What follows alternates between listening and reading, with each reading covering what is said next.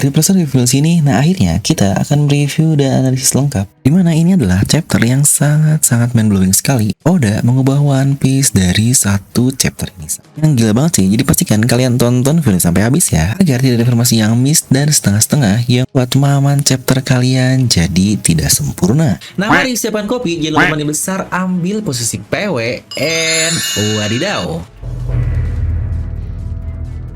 The Death of Nefertari Cobra. Ya benar, judul sama persis seperti kematian dari salah satu karakter paling epic yang bahkan buat One Piece mendapatkan Guinness World of Record, yaitu Podcast DS di chapter 574 dengan judul The Death of Podcast DS, yang seharusnya untuk Cobra pun sama ya, mungkin The Death of Nefertari the Cobra.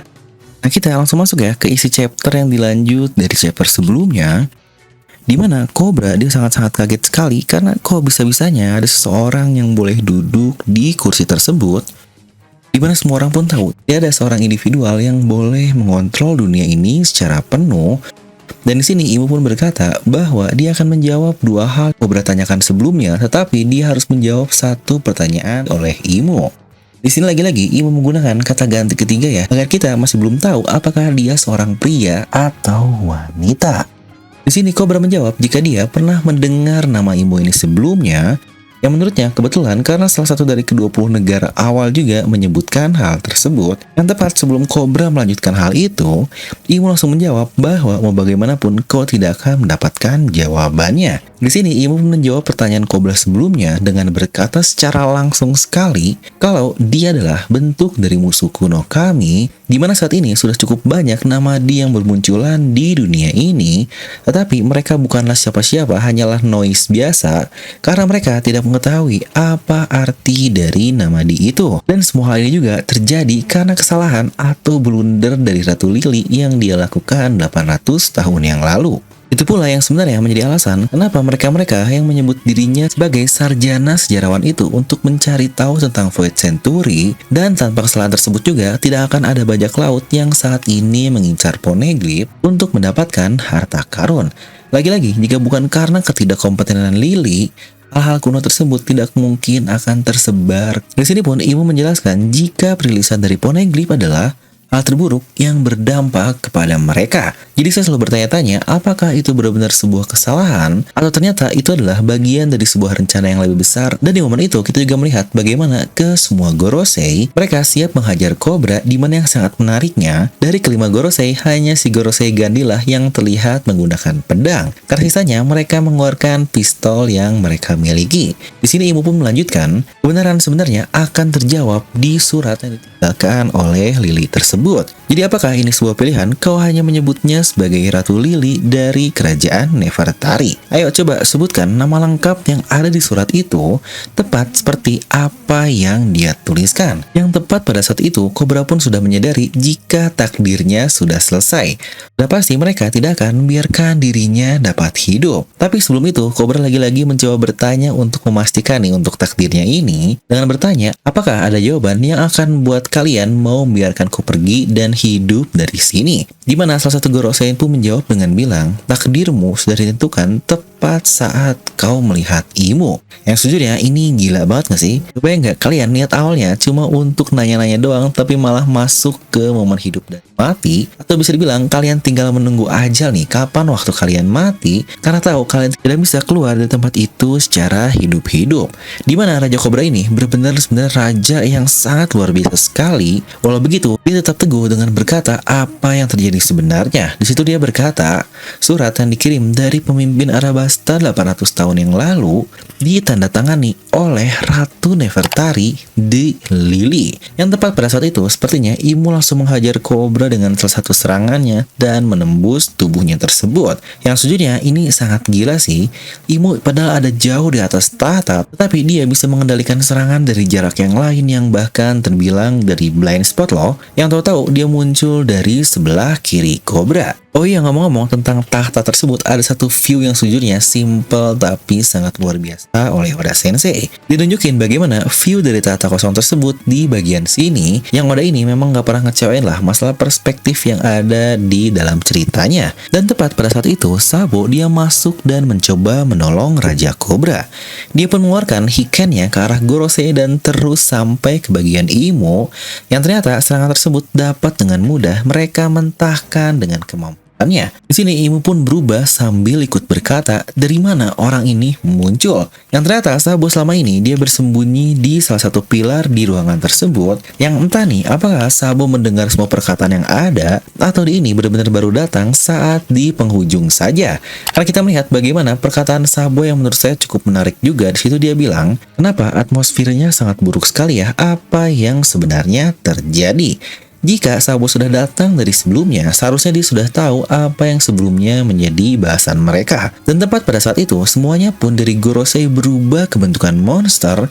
Yang sejujurnya ini definisi semuanya berubah sih, gila banget. Dan dari sini bisa dibilang, terusnya mereka ini pemakan buah iblis Zoan lah ya. Entah mythical atau apa, kita masih belum tahu. Tapi yang jelas rasanya jika buah iblis Zoan biasa untuk seukuran petinggi dunia ini cukup aneh ya. Yang di sini pun Sabo bilang, dia berharap bisa menghabisi kalian semua di satu serangan tadi, tetapi siapa sangka monster-monster neraka ini berada di puncak tertinggi dunia. Nah, bagian untuk bahasan buah iblis Gorosei dan Imo akan kita bahas di sesi analisis saja. Dan ternyata momen inilah foto yang disebar ke surat kabar ke seluruh dunia, di mana terlihat juga ada Denden Mushi yang memotret itu semua dan akhirnya di framing jika Sabo lah yang membunuh Raja Cobra. Pantas saja Sabo ngelihatnya cukup kaget ya ketika melihat poster yang ada di sana, karena ternyata momen super ikoniknya kok yang membuat dia hampir mati dan melihat hal-hal yang tidak dia sangka tepat pada saat itu. Cobra di sini sebenarnya masih hidup dan berkata, "Kau saudara dari Luffy kan? Serta kau juga bersama pasukan revolusioner, kenapa kau mencoba untuk menolongku?"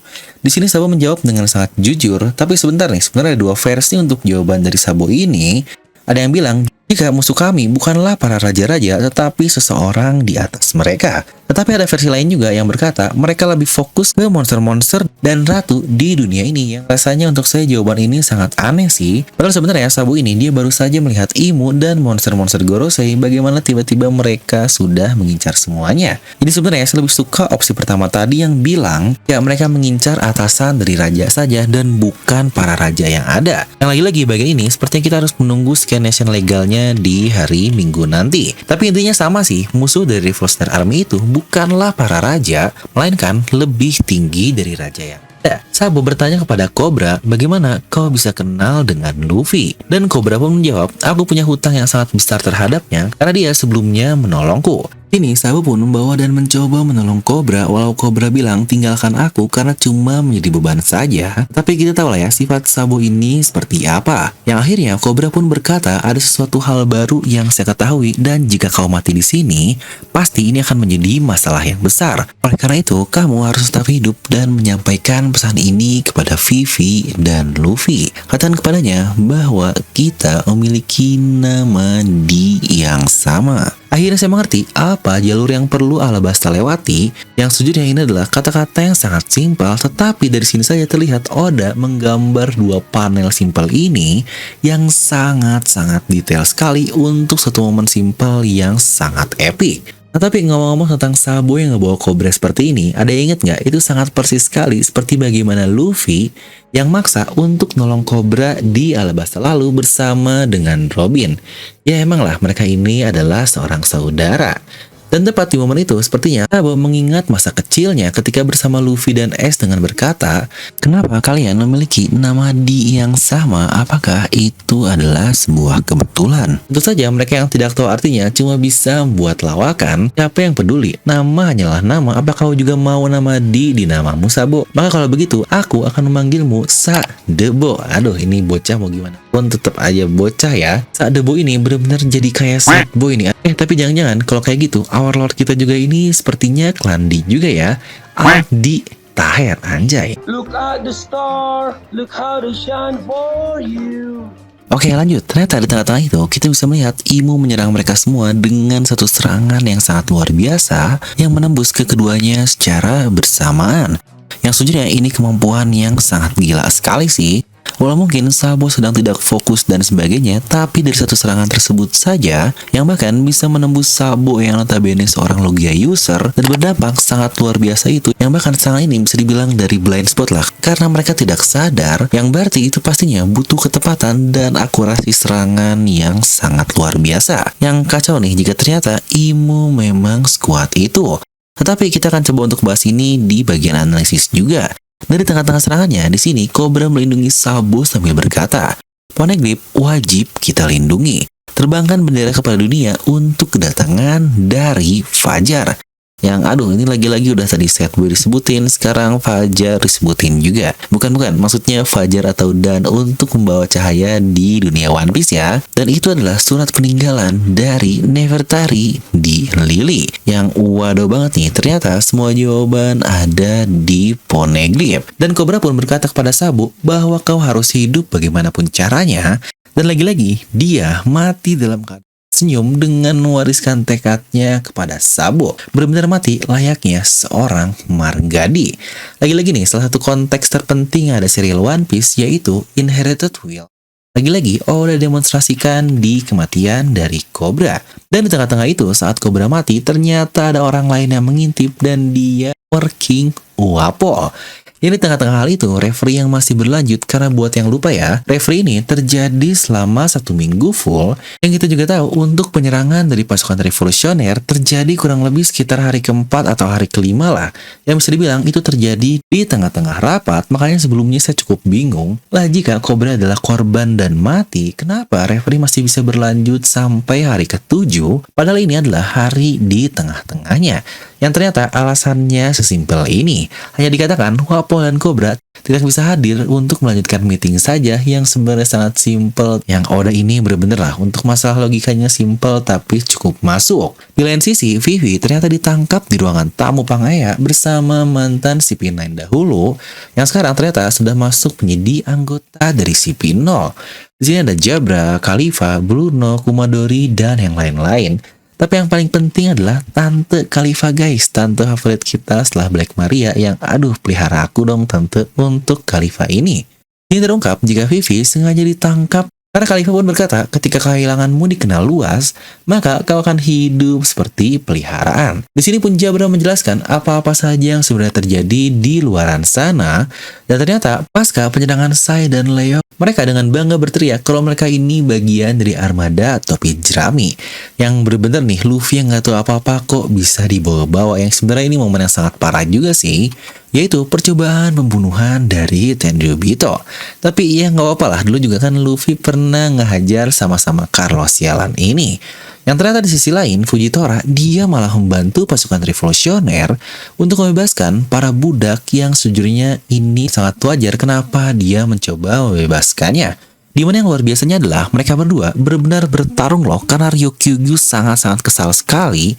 Yang di sini sepertinya cukup terjawab, ada alasan kenapa Fujitora banyak perban di mukanya yang terlihat terluka pasca dari referee di chapter 957 yang sepertinya utamanya karena dia habis bertarung melawan Ryukyugu yang waduh Admiral aja sekarang malah saling berselisih.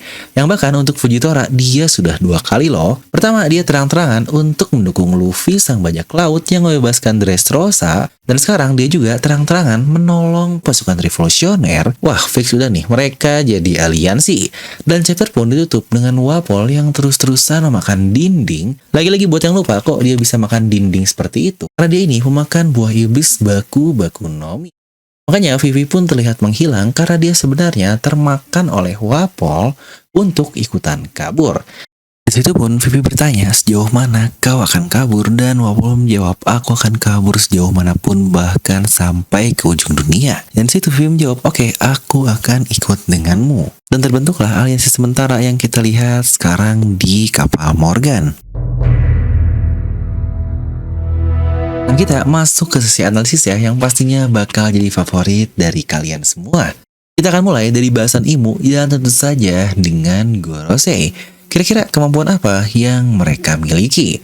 Yang sejujurnya kalau yang saya lihat sih tentu saja kenapa mereka semua berwarna hitam dan seperti bayangan, karena jelaslah mereka semuanya masih siluet. Yang jika dilihat dari bagaimana mereka berubah bentuk dan bahkan beberapa dari Gorosei, seakan-akan ada awan hitam yang mengelilinginya, hampir pasti jika mereka adalah pemakan Zoan yang sudah awakening. Apakah mythical atau bukan kita masih belum tahu, karena toh bukankah Rob Lucci saja Zoan biasa bisa ada awan hitamnya yang bahkan kaku juga sama.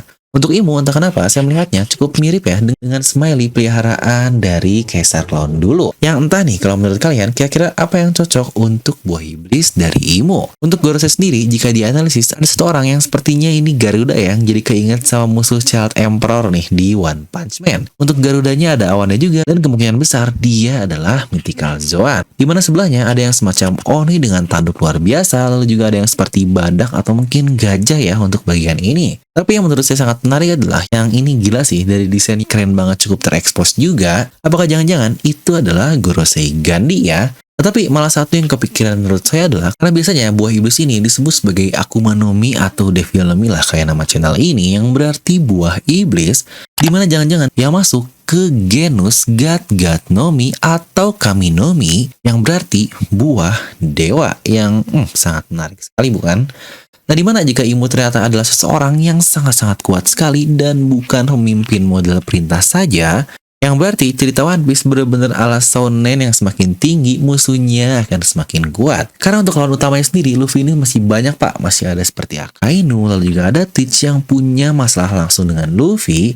Dan sekarang untuk Imu dan Gorosei yang bisa dibilang Luffy sebenarnya tidak ada atau belum ada masalah apa-apa dengan mereka. Tetapi satu yang kepikiran adalah dari satu dewa Imu, bukankah sama persis seperti Enel di Skypiea lalu? Dia membuat game dengan dia adalah sang dewa dengan kemampuan yang sangat gila juga, dan kelima orang lainnya yang akan dia bawa ke surga atau bulan. Lalu menurut saya hal terpenting dari ini semua adalah dampaknya kepada dunia. Sabo saat ini berhubungan dengan seorang margadi tersohor lainnya yang juga bapak dari saudaranya alias Monkey di Dragon. Yang kita juga tahu, Dragon sudah menganggap Poneglyph yang sangat-sangat penting sekali jauh sebelum dia mendapatkan pesan dari Lily ini, karena selain pasca insiden Ohara, dia juga menyebut Robin sebagai api revolusi. Yang walau saya sendiri cukup yakin Dragon tahu ada kejanggalan, tetapi kemungkinan dia sepertinya tidak tahu sampai sejauh itu, apalagi terkait sosok Imu ini. Tapi jangan lupa juga selain Sabo, ada orang lain juga yang sangat-sangat beruntung sekali, atau The Spy Emperor, yaitu King Wapol. Dia melihat semua hal yang terjadi dan melihat juga semua kemampuan yang ada oleh Gorosei dan yang lainnya. Yang oleh karena itu, dia langsung menelpon Morgan pasca berita surat kabar pertamanya diketahui yang dibilang jika Sabola pembunuh dari Cobra. Ya ingat ya, pada saat itu Wapol langsung menelpon Morgan dengan bilang jika dia tahu rahasia tertentu yang jika diingat itu kurang lebih 1 minggu lah pasca dari Arc Reverie atau waktu yang bersamaan dengan perang Onigashima akan terjadi. Yang datanglah sepertinya Morgan menjemput Wapol dan Vivi di mana mereka sekarang ada di kapalnya. Yang dari bagaimana Morgan melindungi mereka semua, saya sangat yakin jika keduanya pasti sudah menceritakan kisahnya. Makanya seperti yang saya bilang berkali-kali juga, sekarang dunia ini benar-benar bisa dibilang dalam genggam Morgan. Dia siap menyebarkan berita yang sangat tabu tersebut. Dia juga pasti akan sangat siap diincar, yang berarti dia akan menjadi kunci penting untuk mengubah sejarah. Dan dengan cara dia menentumkan semangat kepada dunia, dimana itu adalah definisi bahwa Morgan akan mengguncang dunia. Jangan lupa juga masih ada pasca insiden Egghead yang katanya sangat gila juga. Yang bener sih, One Piece ini benar-benar sudah masuk ke jalur kereta ekspres tepat seperti kata-kata Zoro. Dimana hal menarik lain menurut saya adalah terkait surat dari Lily barusan untuk melindungi Poneglyph. Yang menurut saya ini akan menjadi satu hal yang sangat penting yang akan menyatukan seluruh impian dari kru Topi kami. Luffy dia ingin menjadi seorang raja bajak laut, dan jangan lupa juga Zoro untuk menjadi seorang pendekar pedang terhebat di dunia yang kemungkinan gelar itu akan tercapai di momen yang sama. Momen ketika menemukan One Piece pula dibutuhkan dengan menemukan Poneglyph yang ada dan mengetahui semua sejarah dunia yang lagi-lagi itu adalah impian Robin. Dan tidak hanya itu, cara menemukan pulau-pulau butuh Nami yang akan menggambar seluruh pulau. Dan terakhir, momen saat One Piece ditemukan akan sangat berhubungan dengan apa yang Sanji inginkan, yaitu menemukan All Blue. Yang lagi-lagi Sanji inginkan. Bukankah impian mereka benar-benar saling terkoneksi satu sama lain? Dan satu hal yang buat saya cukup penasaran adalah kalau Imu adalah salah satu dari ke-20 negara, dari keluarga manakah kira-kira Imu ini? Oda nggak mungkin kan nunjukin jika dia satu bagian dari keluarga founder tetapi akhirnya kita belum tahu dia siapa, yang kira-kira apakah dia termasuk ke keluarga Don Quixote kah, ataukah Jay Garcia, atau bahkan Rox ada hubungan dengan ini, atau bahkan keluarga dari Shanks. Dimana untuk pendapat chapter ini saya nggak bisa berkata cukup banyak sih, karena ini definisi chapter yang sangat-sangat gila sekali. Overall untuk chapter ini akan saya kasih nilai 10 dari skala 10, definisi perfect banget. Dimana mungkin dua chapter lain yang saya kasih nilai 10 juga adalah chapter 957 saat perkenalan Rox pertama, dan chapter 1044 tentu saja saat awakening dari kapten kita. Karena gila sih untuk chapter ini, mulai dari Imu, Namadi, Poneglyph, Gorose, semuanya walau tidak terungkap secara full, tetapi banyak sekali akhirnya misteri yang baru terungkap di chapter ini. Walau mungkin ada sedikit selingan nih di bagian akhir terkait Wapol dan Vivi yang kalau dibuat serius pasti bakal lebih gila lagi. Nah jadi itulah untuk video ini, dimana pastinya api kobaran untuk pasukan revolusioner akan semakin gila. Nah ngomong-ngomong tentang pasukan revolusioner atau Revolutionary Army, ada juga loh kaos dari Daily Merchandise terkait pasukan revolusioner ini dengan quotes yang sangat luar biasa. You can jail a revolutionary, but you cannot jail a revolution. Dimana pembelian satu kaos untuk mensupport pasukan revolusioner dengan anti pemerintahan dunia atau anti Imu sama. Nah buat yang pingin, kalian bisa langsung klik link di deskripsi video di bawah ya. Yuk tingkatkan status wibu kamu, karena wibu juga bisa tampil keren. Dan seperti biasa, semoga kalian terhibur dengan video ini. Like aja kalian suka, dislike aja kalau suka, jangan lupa untuk subscribe dan juga share ke teman kalian. Gue Develang pamit, and I'll see you guys next time.